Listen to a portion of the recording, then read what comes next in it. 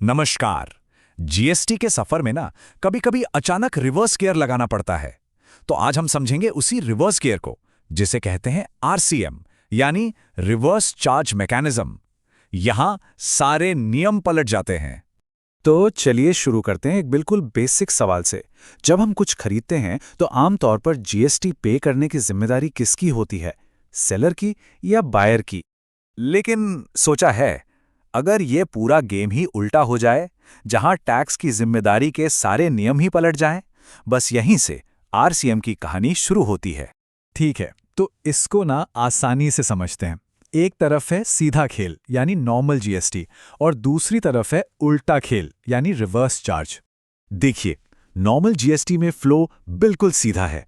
Seller buyer से GST collect करता है और उस टैक्स को सरकार को दे देता है। सिंपल। लेकिन आरसीएम में गेम बदल जाता है। यहां बायर, खरीदने वाला, जीएसटी सीधा सरकार को पे करता है।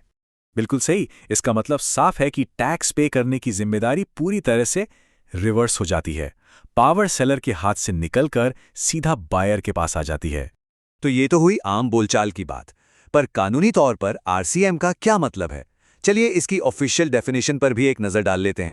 साफ साफ शब्दों में रिवर्स चार्ज मैकेनिज्म वो सिस्टम है जहां टैक्स चुकाने की जिम्मेदारी सप्लायर से हटकर रिसिपिएंट पे शिफ्ट हो जाती है, मतलब बेचने वाले से खरीदने वाले पर। आखिर ऐसा क्यों? ये इसलिए किया जाता है ताकि अनऑर्गेनाइज सेक्टर से भी टैक्स कलेक्शन आसान हो। बस यही इसका कोर कॉन्सेप्ट है।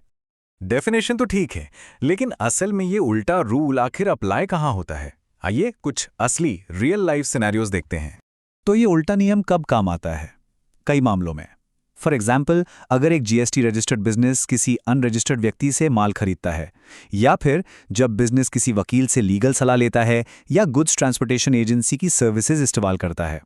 इन सभी केसेस में टैक्स चुकाने की जिम्मेदारी बिजनेस की होगी, सर्विस प्रोवाइडर की नहीं। तो अगर आरसीएम आप पर लागू होता है तो बायर होने के नाते 3 जिम्मेदारियां हैं। पहला, जीएसटी सीधा सरकार को पे करना।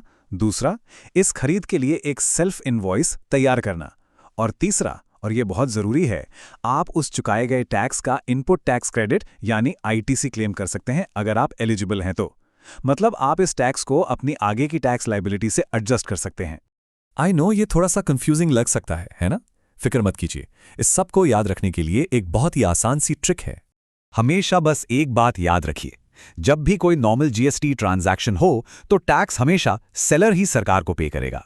यह है सीधा खेल। और जब भी आरसीएम लगे तो टैक्स हमेशा बायर पे करेगा।